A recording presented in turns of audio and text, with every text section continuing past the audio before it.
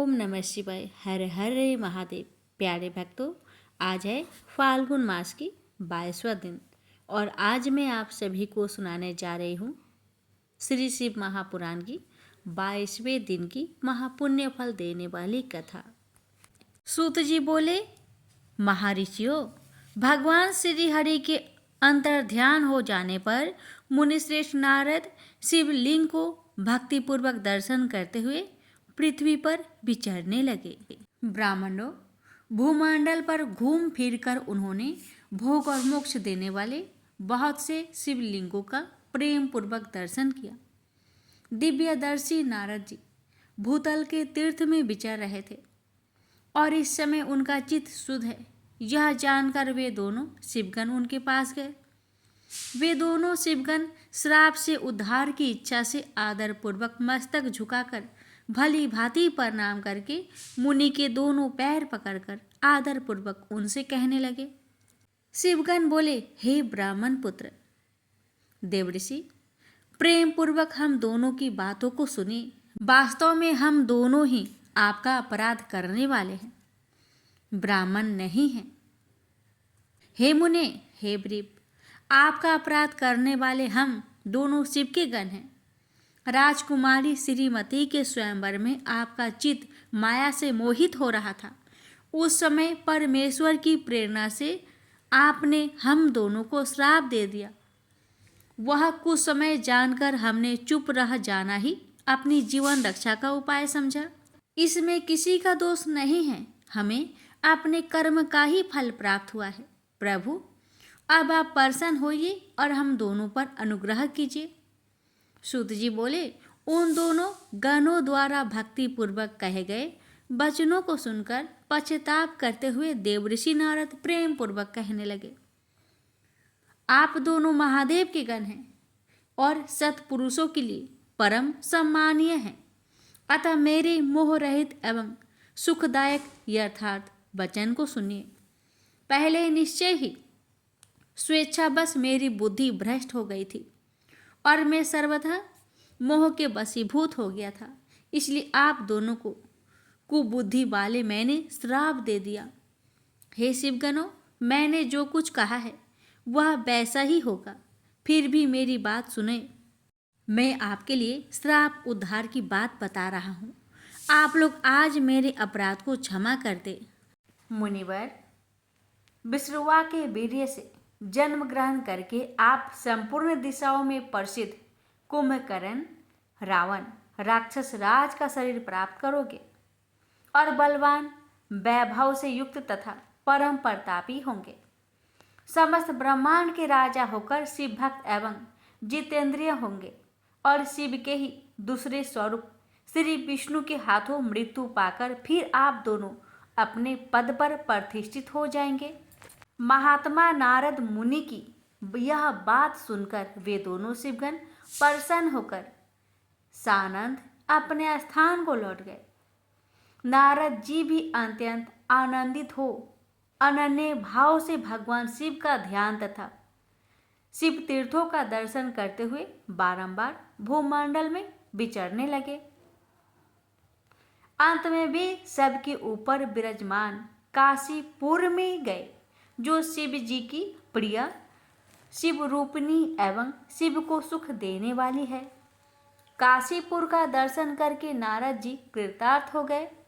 उन्होंने भगवान काशीनाथ का दर्शन किया और परम प्रीति एवं परमानंद से युक्त हो उनकी पूजा की।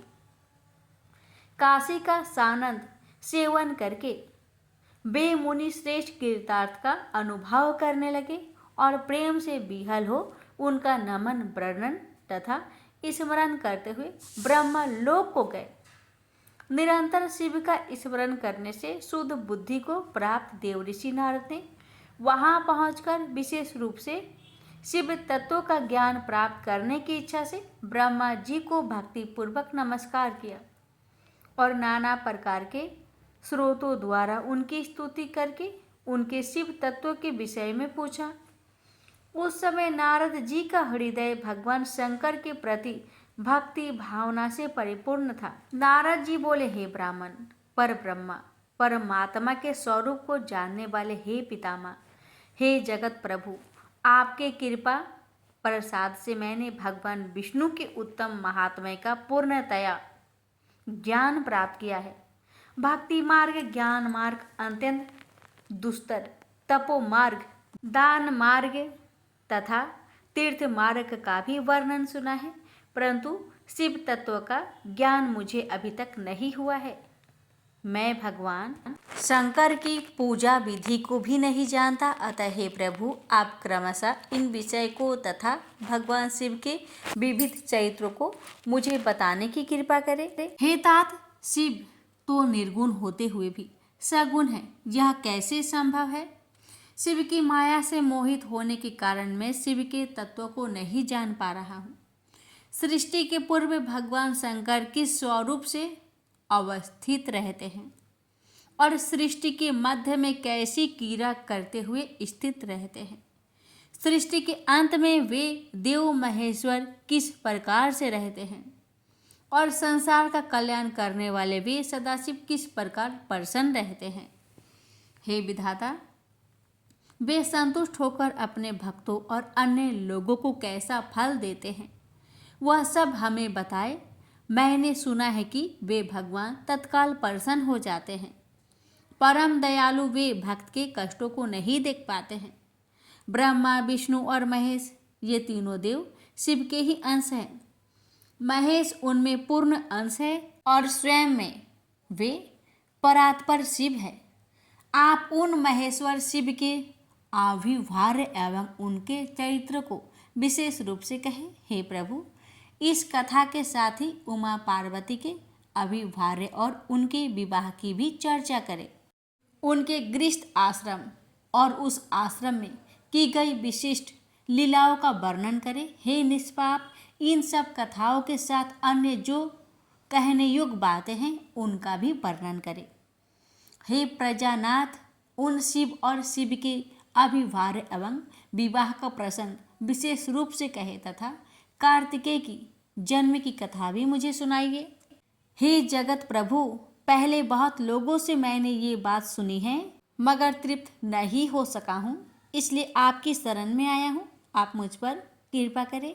अपने पुत्र नारद की यह बात सुनकर लोक पितामह ब्रह्मा वहाँ इस प्रकार कहने लगे। ब्रह्मा जी बोले, हे ब्राह्मण, हे देव शिरोमणे, आप सदा समस्त जगत के उपकार में ही लगे रहते हैं। आपने लोगों के हित की कामना से यह बहुत उत्तम बात पूछी है, जिसके सुनने से संपूर्ण लोगों के समस्त पापों का क्षय हो जाता है। उस अनामय शिव तत्व का मैं आपसे वर्णन करता हूँ। शिव तत्व का स्वरूप बड़ा ही उत्कृष्ट और अद्भुत है, जिसे यथार्थ रूप से न मैं जान पाया हूँ, न विष्णु ही जान पाए और न अन्य कोई दूसरा ही जान पाया है। जिस समय यह प्रलय काल हुआ, उस समय समस्त चराचर जगत नष्ट हो गया। सर्वत्र केवल अंधकार ही अंधकार था। न सूर्य ही दिखाई देते थे और अन्य ग्रह तथा नक्षत्रों का भी पता नहीं था। न चंद्र था, न दिन होता था, न रात ही होता था। अग्नि, पृथ्वी, वायु और जल की भी सत्ता नहीं थी। उस समय प्रधान तत्व अव्यकृत प्रकृति से रहित सूना आकाश मात्र शेष था। दूसरे किसी तेज की उपलब्धि नहीं होती थी। अदृष्ट आदि का भी अस्तित्व नहीं था। शब्द और स्पर्श भी साथ छोड़ चुके थे। गंध और रूप की भी अभिव्यक्ति नहीं होती थी। रस का भी अभाव हो गया था और दिशाओं का भी भान नहीं होता था। इस प्रकार सब और निरंतर सूची भेद घोर अंधकार फैला हुआ था। उस समय तदसत ब्रह्मा, इस श्रुति में जो सत सुना जाता है एकमात्र वही शेष था। जब यह वह ऐसा जो इत्यादि रूप से निर्दिष्ट होने वाला भावनात्मक जगत नहीं था, उस समय एकमात्र वह सत ही शेष था, जिसे योगी जन अपने हृदयाकाश के भीतर निरंतर देखते हैं। वह सत तत्व मन का विषय नहीं है। वाणी की भी वहाँ तक कभी पहुँच नहीं होती। वह नाम तथा रूप रंग से भी शून्य है। वह न स्थूल है, न कृश है, न ह्रस्व है, न दीर्घ है, न लघु है और न गुरु ही है। उसमें न कभी वृद्धि होती है और न हासि होता है। श्रुति भी उसके विषय में चकित भाव से है। इतना ही कहती है, अर्थात उसकी सत्ता मात्रा का ही निरूपण कर पाती है। उसका कोई विशेष विवरण दोनों में असमर्थ हो जाती है। वह सत्य ज्ञान स्वरूप, अनंत, परमानंदमय, परम ज्योति स्वरूप, अप्रेमय, आधार रहित, निर्विकार, निराकार, निर्गुण, योगी गम्य, सर्वव्यापी, सबका एकमात्र कारण, निर्विकल्प, निरारंभ, माया शून्य, उपद्रव रहित, अद्वितीय, अनादि, अनंत, संकोच विकास से शून्य तथा चिंतमयी है। जिस पर ब्रह्मा के विषय में ज्ञान और अज्ञान से पूर्व उक्तियों द्वारा इस प्रकार ऊपर बताए अनुसार विकल्प किए जाते हैं, उनसे कुछ काल के बाद सृष्टि का समय आने पर द्वितीय होने की इच्छा प्रकट की। उसके भीतर एक से अनेक होने का संकल्प उदित हुआ। तब उस निराकार परमात्मा ने अपनी लीला शक्ति से अपने लिए मूर्ति आकार की कल्पना की। वह मूर्ति संपूर्ण ऐश्वर्य गुणों से संपन्न, सर्वज्ञानीमयी, शुभ स्वरूपा, सर्वव्यापिनी, सर्वरूपा, सर्वदर्शनी, सर्वकारिणी, सबकी एकमात्र वंदनीय, सर्वधा सब कुछ देने वाली और संपूर्ण संस्कृतियों का केंद्र थी। उस शुद्ध रूपिणी ईश्वर मूर्ति की कल्पना करके वह आदित्य, अनादि, अनंत, सर्व प्रकाशक, चिन्मन्य, सर्वव्यापी और अविनाशी पर ब्रह्मा अंतर्हित हो गया। जो मूर्ति रहित परम ब्रह्मा है, उसी की मूर्ति चिन्मयी आकार भगवान सदाशिव है। अर्वाचीन और प्राचीन विद्वान उन्हीं को ईश्वर कहते हैं। उस समय एकाकी रहकर स्वेच्छानुसार विहार करने वाले उन सदाशिव ने अपने विग्रह से स्वयं ही एक स्वरूप भूता शक्ति की सृष्टि की, जो उनके अपने श्री अंग से कभी अलग होने वाली नहीं थी। उस पराशक्ति को प्रधान, प्रकृति, गुणवती, माया, बुद्धि तत्व की जननी तथा विकार रहित बताया गया है। वह शक्ति अंबिका कही गई है। उसी को प्रकृति, सर्वसरी, त्रिदेव जननी, नित्य और मूल कारण भी कहते हैं। सदाशिव द्वारा प्रकट की गई उस शक्ति की 8 भुजाएं हैं। उस शुभलक्षणा देवी के मुख की शोभा विचित्र है। वह अकेली ही अपने मुखमंडल में सदा पूर्णिमा के 1 सहस्त्र चंद्रमाओं की कांति धारण करती है।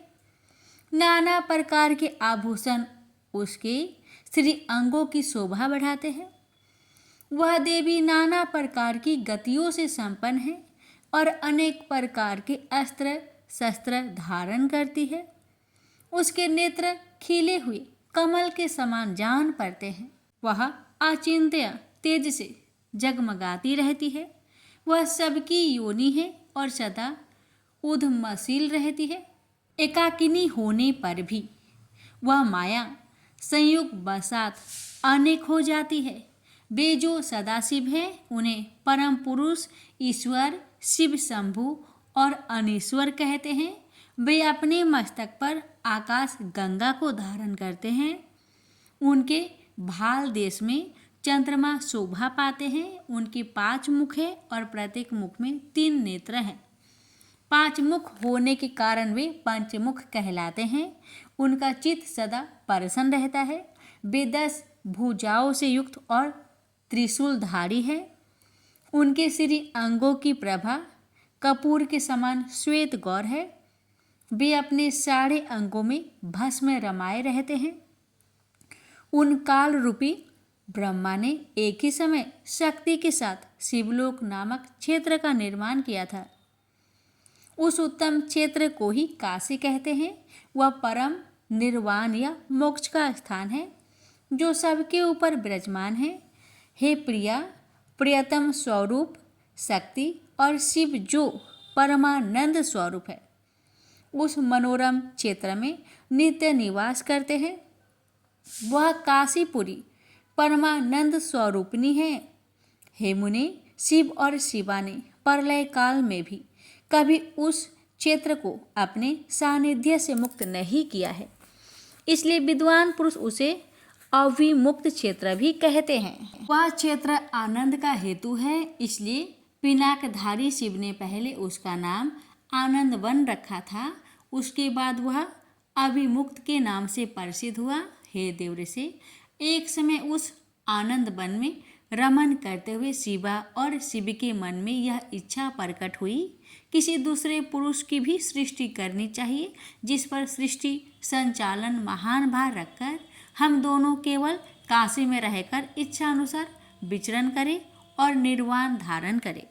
वही पुरुष हमारे अनुग्रह से सदा सबकी सृष्टि करे, वही पालन करे और अंत में वही सबका संहार भी करे।